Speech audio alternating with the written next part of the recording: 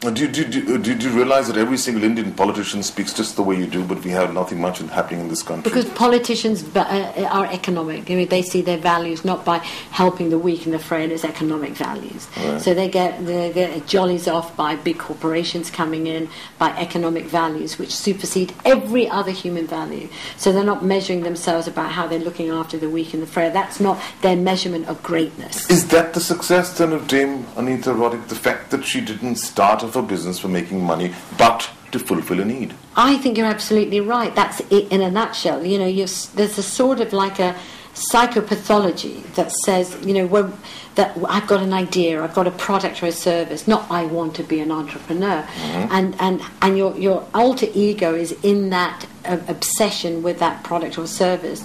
And I believe, honest to God, that most entrepreneurs I know are social change agents. They want to make the world different or better or more human.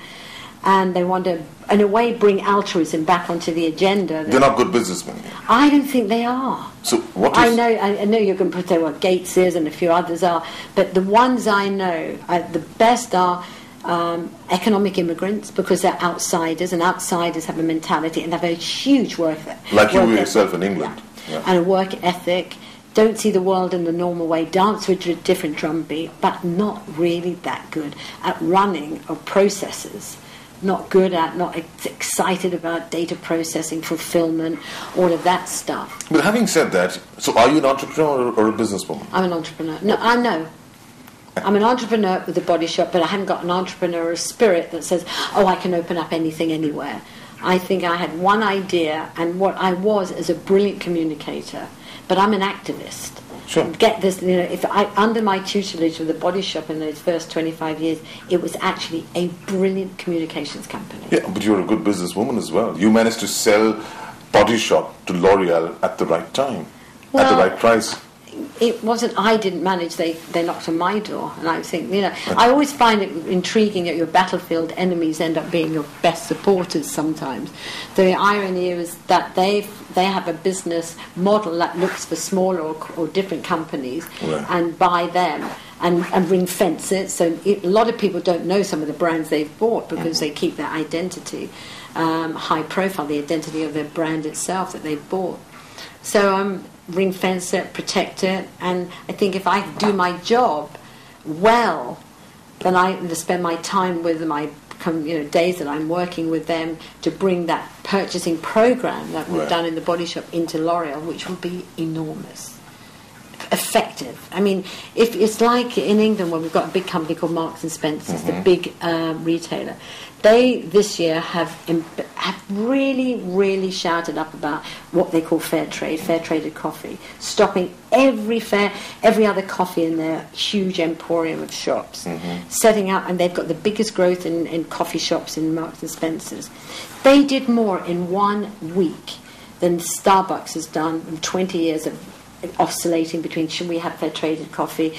You know, they've done it. They've mainstreamed a better way of buying a commodity than most other companies. So when you can get these type of thinking that, you know, people like us, I have done, and get it mainstream, then one should just have a huge cheer, because getting mainstream then becomes a sort of established way of doing things. In that sense, is the fact that Dame Anita Roddick has had no formal training, no advice, has actually contributed to your success because you haven't been structured in any manner, just let yourself I think you're right. I think not having, because most business schools now or MBA programs are very much on financial science and your dream is to be part of a better version of the status quo and get onto the stock market, things like that.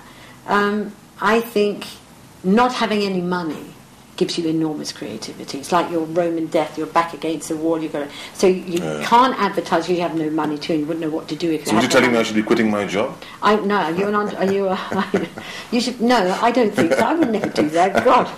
I think you could make a hell of a lot of money in voiceovers, you've got an amazing voice, but that's another thing. And I think because you don't have the money, you look at guerrilla tactics, low-cost tactics to be heard. And because you're not controlled by any systems thinking, you're free to experiment and, you know, play around with ideas. But at the end result, what you want to do is change the community of the workforce. bring idealism back into it. And so you look at who's doing it. Well, in the past it were the Quakers. Right. And in the present, it's maybe Scandinavian business practices. So Right. you're always got this antenna eye for who's doing the best. You know, Right. how's it doing? Oh, by the way, Ben & Jerry's has the best tour. Patagonia has the best child development centre. So you're sharing things that are not about trade, not like the International Chamber of Commerce. You're looking at how do you get fulfilment into the workplace? How do you motivate your employees?